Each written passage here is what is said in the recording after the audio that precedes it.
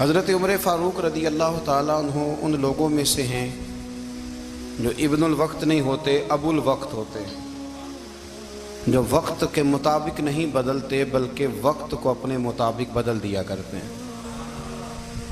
یہ وہ لوگ تھے کہ دین ان کا اوڑھنا بچھونا تھا، ان کا چلنا پھرنا دین تھا، ان کا ہنسنا اور رونا دین تھا۔ انہیں علم الیقین سے لے کر عین الیقین تک ایک خاص مقام اللہ نے عطا کر دیا تھا، تو بس پھر یہ سمجھ گئے تھے کہ دین ہی زندگی ہے، دین ہی روح ہے اور دین ہی ہماری اصل ہے۔ نبی کریم صلی اللہ تعالیٰ علیہ وسلم نے فرمایا کہ میں نے خواب دیکھا ہے، کچھ لوگوں کو میں نے قمیضیں پہنے ہوئے دیکھا، کچھ کی قمیضیں ناف تک تھیں، کچھ کی پیٹ تک تھیں اور کچھ کی گھٹنوں تک تھیں۔ عمر میں نے تمہیں بھی دیکھا ہے، تمہاری قمیض تو پیروں سے ٹکرا رہی تھی۔ تو حضرت عمر کہنے لگے حضور خواب کوئی دیکھتا ہے، تعبیر کوئی بتاتا ہے، پر یہاں کمال یہ ہے کہ خواب بھی آپ نے بتایا ہے، تعبیر بھی آپ ہی بتائیں گے۔ حضور پھر بتا دیں اس خواب کی تعبیر کیا ہے؟ تو حضور نے فرمایا تعبیر یہ ہے کہ کسی کا دین ناف تک، کسی کا گھٹنوں تک، کسی کا پیٹ تک، اور عمر تو سارا ہی دین میں لپٹا ہوا ہے، تو سارا ہی دیندار ہے، سارا ہی۔ حضرت عمر فاروق رضی اللہ تعالیٰ عنہ آئیڈیل ہیں، ایک ہیرو ہیں۔ ان کی زندگی کے درجنوں پہلو ہیں، ہر سال ہم ایک پہلو بیان کر دیتے ہیں، کبھی عدل و انصاف پہ بات کر لیتے ہیں، کبھی نظام حکومت پر۔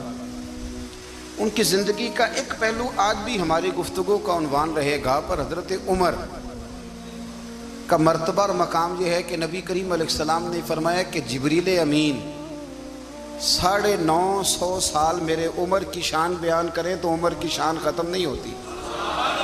950 سال اگر حضرت جبریل بھی بیان کریں۔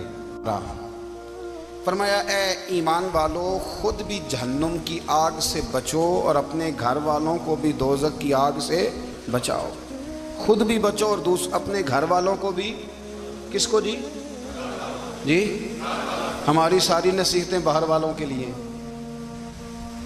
باہر ہمیں بہت بڑا لیکچر بھی دینا پڑے تو چلتا ہے، بہت بڑی داستان سرائی بھی کرنی پڑے تو چلتی ہے۔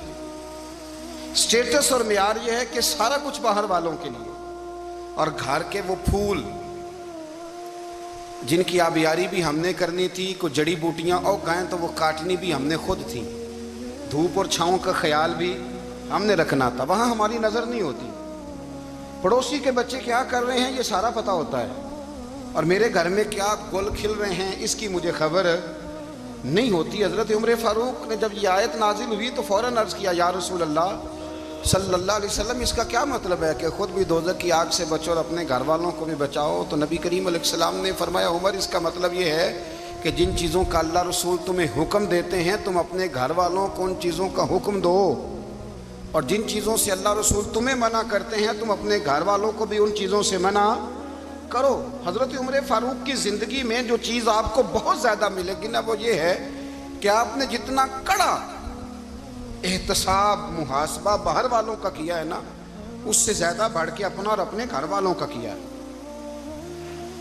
یہ بڑا عجیب معاملہ ہے کہ ہم جتنے لوگ ہیں ہمارا معیار یہ ہے کہ سامنے والا غلط ہے اور میں ٹھیک، یعنی دوسرے کا بچہ گلی میں نظر آ جائے تو اس کی غلطیاں نکلنی شروع ہو جائیں گی، اور میرا بچہ سارا شہر گھوم آئے ایک ٹائر پہ موٹر سائیکل پہ، تو ہم کہتے ہیں کہ ابھی بچہ ہے، انشاءاللہ سیانا ہو جائے گا۔ اگر ابا جی آج تک سیانے نہیں ہوئے کہ اس کو سمجھا لیں، تو پھر بیٹے کا سیانا ہونا تو ہو سکتا ہے کہ وہ 60-70 سال لگ ہی جائیں۔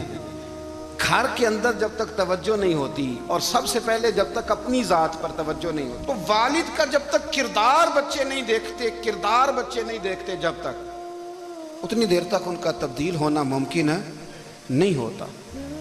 حضرت عمر فاروق رضی اللہ تعالیٰ عنہ نا باہر والوں کا بھی بڑا سخت حساب کرتے تھے۔ بڑا ایک گورنر صاحب نے لباس بڑا شاندار پہننا شروع کر دیا تھا، تو حضرت عمر نے اتروا کے نا تو انہیں ٹاٹ کا لباس پہنا کے تو اونٹ چرانے کی ڈیوٹی دے دی تھی۔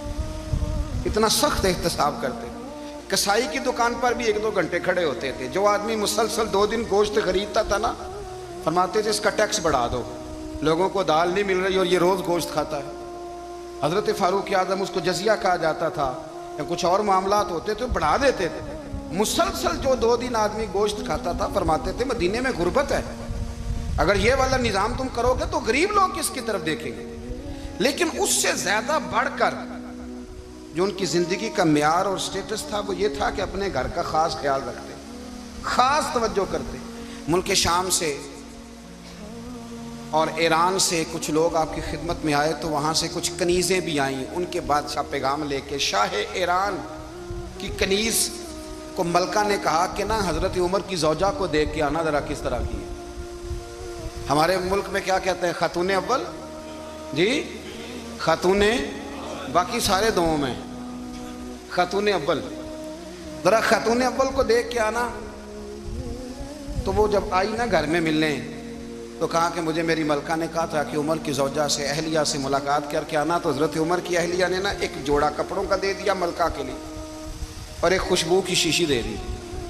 اب جب وہ تحفے وہاں بھیج گئے تو اس ملکہ نے نا کچھ سونے کا سامان بھیجا, کچھ زیورات بھیجے, کچھ تحائف بھیجے. جب حضرت عمر کے گھر آئے نا وہ خادم لے کے آیا, اس نے کہا جی آپ کی اہلیہ نے تحفے بھیجے تھے. تو جواب میں شاہ ایران کی بیوی نے, یہاں جس ملک کا وہ سفیر تھا انہوں نے بھی یہ بھیجے.